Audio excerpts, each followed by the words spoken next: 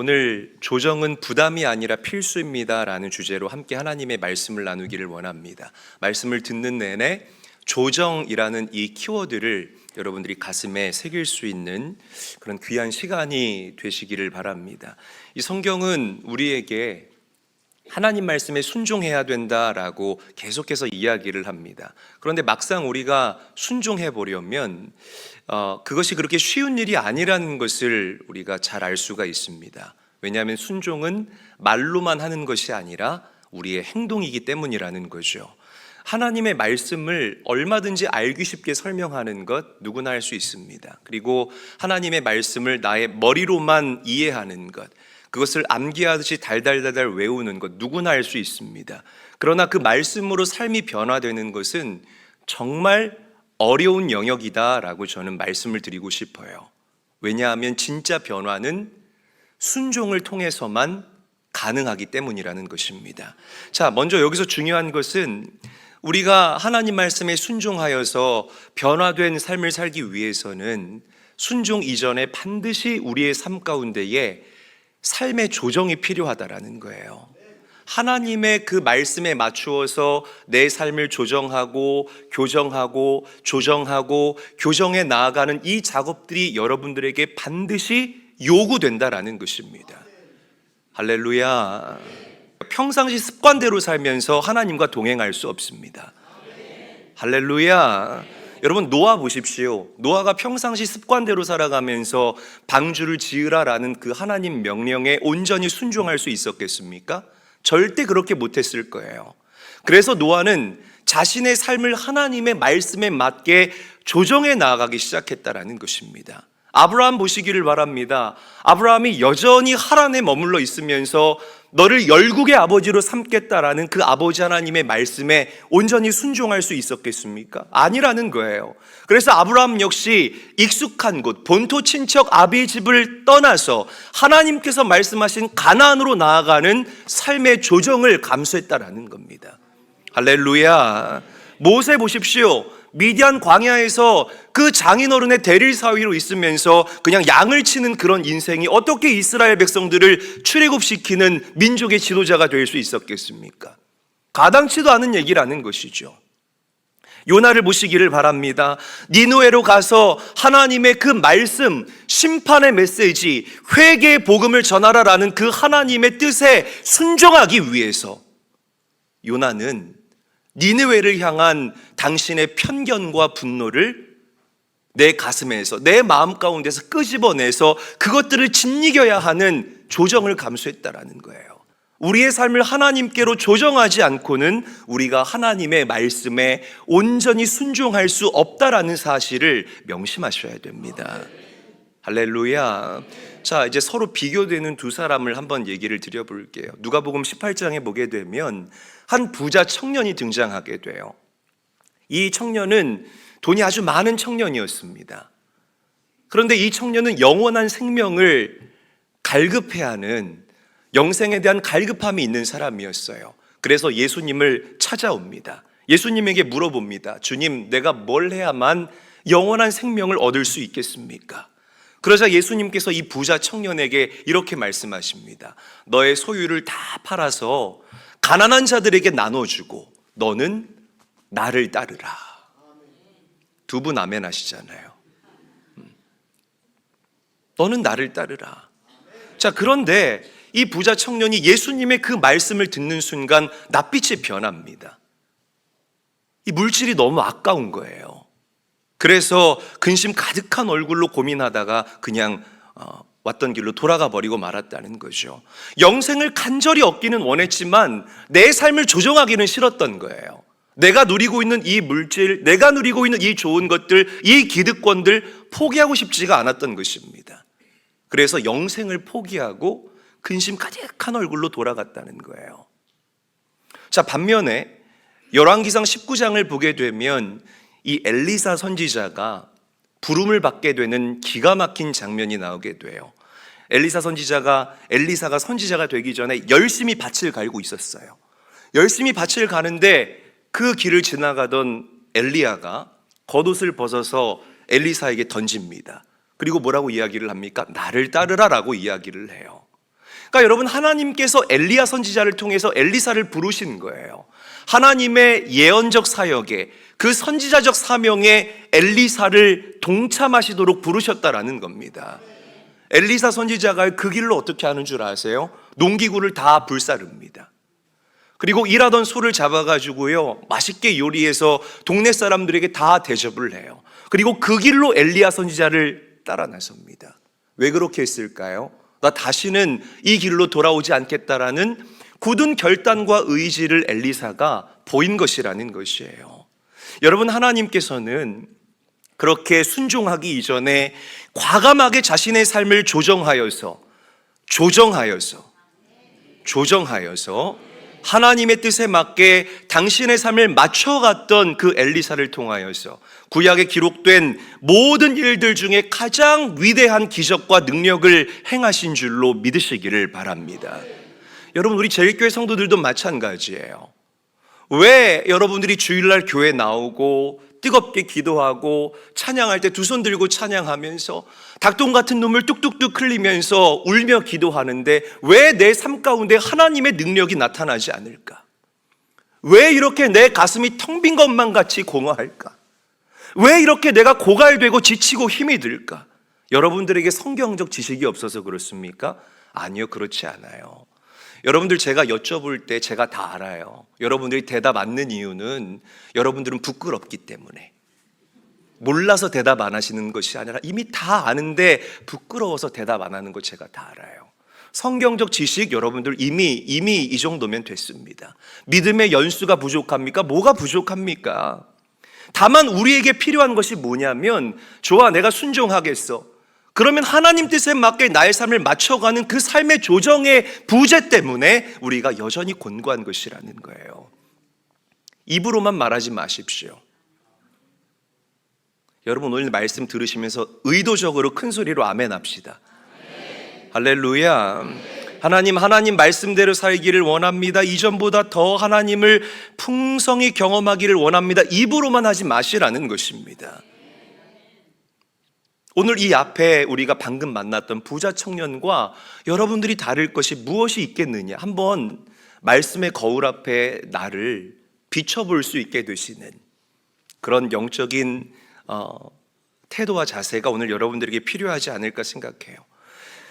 당신의 아들, 아버지 하나님의 아들 예수 그리스도도 하나님의 뜻에 맞추어서 당신의 인생을 조정하셨어요.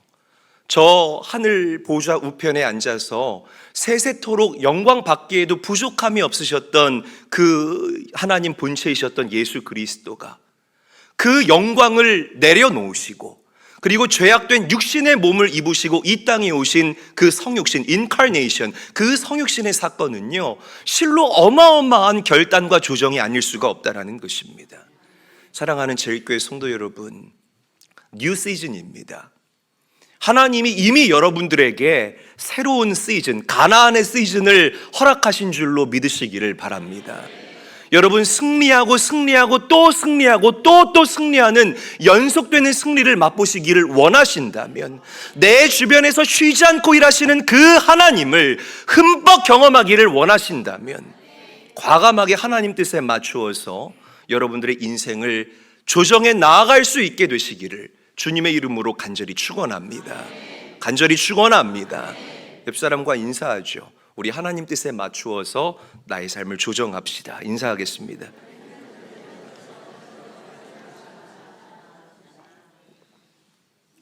자, 본문이 바로 이런 내용을 담고 있죠. 우리 마가복음 10장 32절 말씀 한 목소리로 읽어보도록 하겠습니다. 함께 읽습니다. 시작. 예루살렘으로 올라가는 길에 예수께서 그들 앞에 서서 가시는데 그들이 놀라고 따르는 자들은 두려워하더라. 이에 다시 12 제자를 데리시고 자기가 당할 일을 말씀하여 이르시되. 자, 예수님의 주 활동 무대는 갈릴리였습니다. 한번 저를 따라 할게요. 갈릴리. 그래요. 갈릴리가 예수님에게는 편한 곳이었습니다. 그래서 예수님께서 갈릴리에서 살아가실 때 굉장히 많은 사람들이 예수님을 환호하고 열광했습니다. 그런데 하나님의 뜻에 맞게 당신의 인생을 조정하기 위해서 예수님은 그렇게 익숙하고 나의 팬이 많았던 그 갈릴리를 떠나서 예루살렘으로 향하셨다라는 거예요. 그러니까 한마디로 이 예수님의 조정은 갈릴리에서 예루살렘으로라고 우리가 이야기할 수 있다라는 거예요. 다시 한번 저를 따라할게요. 갈릴리에서 예루살렘으로. 조금 더 깊게 한번 들어가 봐요, 여러분. 예수님의 갈릴리 사역이 얼마나 화려했습니까? 물을 포도주로 만드는 그 가나의 혼인잔치의 기적, 갈릴리에서 일어난 기적이에요. 12해 동안 혈루병을 앓고 있었던 그 여인을 고친 사건, 갈릴리에서 일어난 사건입니다. 이미 죽었던 회당장 야이로의 그 딸을 살려낸 사건, 이미 갈릴리에서 일어난 사건이에요. 귀신을 쫓고 병든 자를 고치시고 오병이어의 기적을 일으킨 모든 사건들 다 갈릴리에서 일어난 놀라운 하나님 크기의 일들이었다는 것입니다. 여러분, 가버나움 들어보셨죠? 들어보셨을 거예요. 가버나움 마을 이름인데, 이 가버나움의 또 다른 별칭이 뭐냐면 예수의 마을입니다. 왜 그러냐면 이 가버나움에서 예수님이 기가 막힌 기적들을 놀랍도록 행하셨기 때문에 정말 가버나움이야말로 예수의 마을이야 라고 사람들이 얘기할 정도로, 그렇게 가버나움은 예수님을 환영하고 그 갈릴리가 예수님을 즐거워하는 곳이었다라는 거예요. 예수님은 스타였습니다. 막 가면은 우리 예수님 오셨다고. 여러분 생각해 보세요. 여러분들이 가는 곳마다 사람들이 알아보고 사인 좀 해달라고 그러고 사진 좀 찍자고 그러면 얼마나 좋겠어요. 반응이 없어요, 이부 예배 성도들은. 좋지요. 물론 좀 귀찮고 따분하긴 하겠지만, 좀 귀찮고 좀 그렇긴 하겠지만 얼마나 좋겠습니까? 자, 그런데도 예수님께서는 그 익숙한 나를 좋아해 주는 이가 많은 그 갈릴리를 떠나서 예루살렘으로 가셨다는 겁니다. 예루살렘은 예수님을 환영했을까요? 물론 예수님께서 예루살렘에 들어가실 때에 많은 이들이 종려나뭇가지를 흔들면서 예수님을 환호했습니다. 호산나 다윗의 자손이여 찬송할지어다. 그런데 그 많은 군중들의 외침이 끝나기가 채 무섭게 예수님께서는 종교 지도자들과 기득권자들에게 끌려가서 고통을 당하고 또 신문을 당해야만 했다라는 거예요.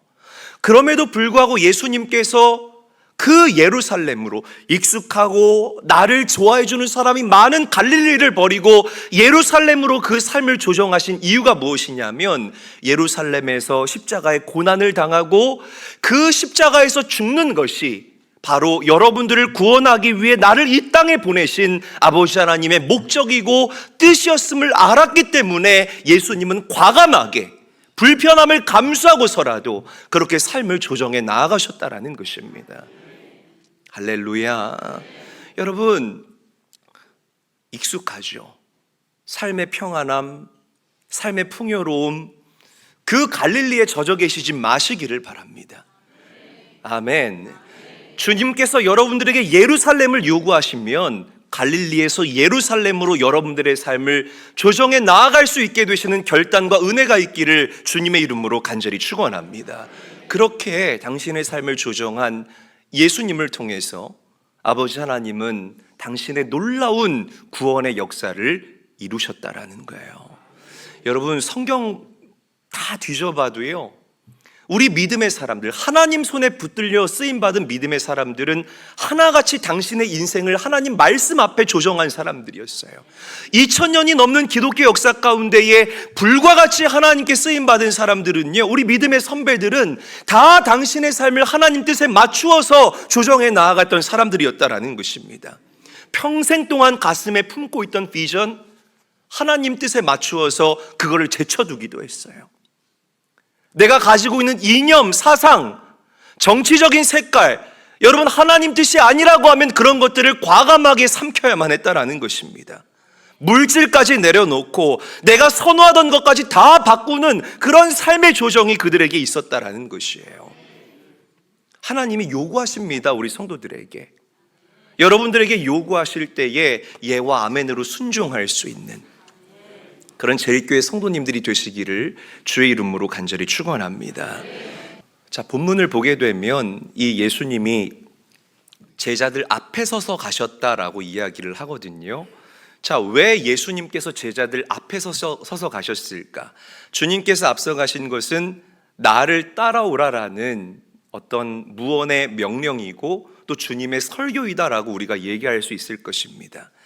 예수님 당신이 하늘 아버지의 뜻을 이루기 위해서 부담스럽지만 익숙하고 나를 환호하던 그 갈릴리를 떠나서 예루살렘으로 가시는 것처럼 너희들도 그렇게 하나님 뜻에 맞게 너희들의 인생을 조정하고 순종하라라는 아버지 하나님의 놀라운 뜻이라는 것이에요. 예수님 혼자 가세요. 예수님 혼자 가세요. 저는 나중에 주님 따르겠습니다. 이렇게 말하면 큰일 나는 겁니다. 아멘이 되십니까, 여러분? 믿음은요, 주님 따르는 거예요. 할렐루야. 예수님을 내 삶의 주인으로 삼고 그분 따르는 것이 우리 제일교회 성도님들의 믿음이라 이 말입니다. 자, 32절 다시 한번 읽어볼게요. 아까 읽었지만 우리 다시 한번 화면을 보고 읽겠습니다. 한 목소리로 읽습니다. 시작. 예루살렘으로 올라가는 길에 예수께서 그들 앞에 서서 가시는데 그들이 놀라고 따르는 자들은 두려워하더라. 이에 다시 12 제자를 데리시고 자기가 당할 일을 말씀하여 이르시되. 자, 여기 보시면은 첫째 줄 마지막에 그들이라는 단어가 나오고 두 번째 줄 그 마지막에 따르는 자들이라는 단어가 나옵니다. 그들과 따르는 자들은 각각 다른 그룹들이에요. 그들은 예수님의 제자를 이야기를 하는 것이고 따르는 자들은 무리들을 얘기합니다. 자, 그런데 말씀을 보면 그들은 놀랐다고 그랬어요. 그리고 따르는 자들은 두려워했다라고 성경은 얘기를 합니다. 이 놀라는 감정과 두려워하는 감정은 다른 감정인 거예요. 그러니까 여러분, 예수님께서 예루살렘으로 올라가실 때에 굉장히 비장한 표정으로 올라갔을 거라는 것입니다. 생전 처음 보는 그 예수님의 표정 앞에 제자들이 놀랐을 거예요. 아마 그리고 그들은 긴장하지 아니할 수 없었을 것입니다. 자, 그런데 예수님을 따르던 그 무리들은요, 그저 두려워하기만 했습니다. 이 말은 무엇이냐면 염려하고 걱정하고 있었다라는 거예요. 그리고 여러분들이 이렇게 예수님을 따르는데 기쁜 마음이 아니라 염려하고 걱정하는 마음으로 따르잖아요. 어떤 인생의 중요한 결정을 해야 될 때에 여러분들은 주님 떠나게 됩니다. 반드시 그렇게 돼요. 제가 코로나 사건을 통해서 정말 깊게 경험했던 어떤 변치 않는 진리 중에 하나입니다. 사랑하는 제일교회 성도 여러분, 어떤 모습으로 예수님 따라야 되겠습니까? 우리도 예수님의 제자들처럼 긴장하고 우리의 발걸음을 재촉하면서 예수님을 바짝 따라야 할 줄로 믿으시기를 바랍니다. 할렐루야. 예수님 앞서가시는데 주님 먼저 가세요. 저는 좀 이따가 가겠습니다. 예수님 위험한 일 만나면 저는 조금 뒤로 빠지겠습니다. 거리를 확보하겠습니다. 저는 천천히 가겠습니다. 얼마나 얌체 같아요, 여러분. 그렇잖아요. 나 이런 사람들하고 친구하기도 싫더라. 진짜 그렇잖아요. A면 A고 B면 B고 그것도 아니고 저것도 아니고 뜨거운 것도 아니고 차가운 것도 아니고 미적지근하게 멀찍이 미지근하게 엉거주춤 주님 따라가지 마시라는 거예요. 예수님 바짝 따라가시고 그래야 주님의 길을 우리가 걸어갈 수 있고 주님을 닮아갈 수 있는 은혜를 누리게 될 줄로 믿으시기를 바랍니다. 우리 옆 사람과 인사하죠. 예수님 가까이 따라갑시다. 인사하겠습니다. 자, 마지막으로 예수님은요, 당신의 삶을 하나님 뜻에 맞게 조정했어요. 제가 지금까지 얘기했던 그런 이야기죠. 그래서 아버지 하나님의 뜻이 십자가에서 죽는 것임을 알게 됐을 때에 더 이상 하나님께 그 뜻을 묻지 않고 그렇게 과감하게 십자가에서 당신의 몸을 내어주시는 그런 일들을 결단했습니다. 여러분, 예수님의 제자된 우리도 그렇게 살아가야 합니다. 이 삶이 어려워요. 저도 수없이 요구되어지는 이 하나님의 조정 앞에 무릎을 꿇을 때가 한두 번이 아닙니다. 이 얘기를 하는 이 목사도 여러분 부끄러울 때가 한두 번이 아니라는 거예요. 그러나 여러분, 그렇게 살도록 몸부림쳐야 되고 그렇게 살기 위해서 내 안에 살아계시는 성령 하나님의 도우심을 간구하며 살아가는 모습, 이런 모습을 통해서 하나님께서 일하신다라는 사실을 명심하시기를 바랍니다. 자, 마가복음에 보면 예수님이 자신의 고난을 3번이나 예고해요. 자, 자, 그런데 잘 들으십시오. 고난으로 그냥 끝이 나는 것이 아니라 예수님께서는 고난 이후의 부활을 반드시 말씀하십니다. 고난 이후에 뭐를 말씀하셔요? 고난 이후에 뭘? 부활을 그래서 우리에게 소망이 있는 거예요. 고난당하 나가면 끝나면 얼마나 이 인생이 불쌍해요. 삶의 조정만 하다가 끝나면 얼마나 그 인생이 기구하고 또 불쌍한 인생이겠느냐 이 말이에요. 그러나 조정하고 순종하고 고난당하면 그 이후에 반드시 여러분들을 찾아올 부활의 은혜가 깃들게 된다라는 것입니다. 말씀 읽어볼게요. 세 개 다 읽어봅니다. 마가복음 8장 31절 말씀 한 목소리를 읽을게요. 시작. 인자가 많은 고난을 받고 장로들과 대제사장들과 서기관들에게 버림받아 죽임을 당하고 사흘 만에 살아나야 할 것을 비로소 그들에게 가르치시되. 아멘. 자, 여기 빨간 글씨만 다시 한번 읽어봅시다. 시작. 사흘 만에 살아나야. 자, 말씀을 잘 보시면 막 대제사장들과 서기관들에게 버림받고 죽임당하고 고난이잖아요. 거기서 끝난 것이 아니라 예수님은 사흘 만에 살아나야 할 것, 부활의 기쁨과 영광에 대해서 분명히 언급하셨다는 거예요. 할렐루야. 자, 우리 마가복음 9장 31절 읽어볼게요. 시작. 이는 제자들을 가르치시며 또 인자가 사람들의 손에 넘겨져 죽임을 당하고 죽은 지 사흘 만에 살아나리라는 것을 말씀하셨기 때문이더라. 자, 빨간 글씨만 읽어봅니다. 죽은 지 3일 만에 살아나리라는 것. 자, 인자가 사람들의 손에 넘겨져서 죽임을 당하고 참 고통스럽겠지만 거기서 끝나는 것이 아니라 나는 3일 만에 부활할 것이다. 여러분들에게 주시는 하나님의 기가 막힌 선물과 같은 말씀이라는 거예요. 자, 우리 마가복음 10장 34절 말씀 함께 읽어보겠습니다. 시작. 그들은 능욕하며 침뱉으며 채찍질하고 죽일 것이나 그는 3일 만에 살아나리라 하시니라. 아멘. 여기도 마찬가지요. 능욕받고 침뱉음을 당하고 채찍질 당할 것이지만 그렇게 고난만 당하다가 끝나는 것이 우리 믿음의 사람들의 인생이 아니라 다시 부활하게 되는 기쁨과 영광을 거머쥐는 인생, 그것이 여러분들의 삶이 되시기를 예수님의 이름으로 간절히 축원합니다. 여러분, 우리 주님께서는 십자가의 고난과 조정 뒤에 반드시 부활이 있다라는 것을 우리에게 말씀하셨다는 거예요. 그래서 기꺼이 순종할 수 있었다는 것입니다. 여러분, 제가요 목회가 막 30년 40년 한 건 아니에요. 짧지만 여러분, 이 짧은 목회 가운데서도 우리 성도들의 삶을 통하여서 이 목사에게 간증거리를 주신 하나님이 얼마나 놀라운지 모르겠습니다. 그렇게 순종할 수 없지만 나의 마음을 결단해서 내 삶을 조정하고 잘라낼 것 잘라내고 살을 떼는 듯한 아픔과 뼈를 깎아내는 듯한 고통을 감수하고서라도 조정하고 순종했더니 채우시는 하나님, 삶을 열어주시는 하나님, 나를 고치시는 하나님을 경험했던 성도들의 이야기들로 가득합니다. 할렐루야. 여러분, 지식이 모자라십니까? 걱정하지 마세요. 지식의 근본 되시는 하나님께서 여러분들과 함께 하신다면 하나님은 여러분들을 통하여서 세상의 지혜로운 자들을 부끄럽게 하실 줄로 믿으시기를 바랍니다. 물질이 부족하십니까? 하나님께 선한 동기와 목적을 가지고 간구하시기를 바랍니다. 정말 기대할 수 없었던 방법으로, 하나님만의 방법으로 하나님은 여러분들을 채워주실 것입니다. 반드시 그래요. 저의 확신이 여러분들에게 전달되십니까? 반드시 그래요, 여러분. 그냥 십자가만 바라보지 마시고 십자가 너머에 우리를 기다리고 있는 부활의 기쁨과 영광까지 바라보는 데까지 나아갈 수 있는 그런 영안이 열리신 제일교회 성도님들이 다 되시기를 예수님의 이름으로 간절히 축원합니다.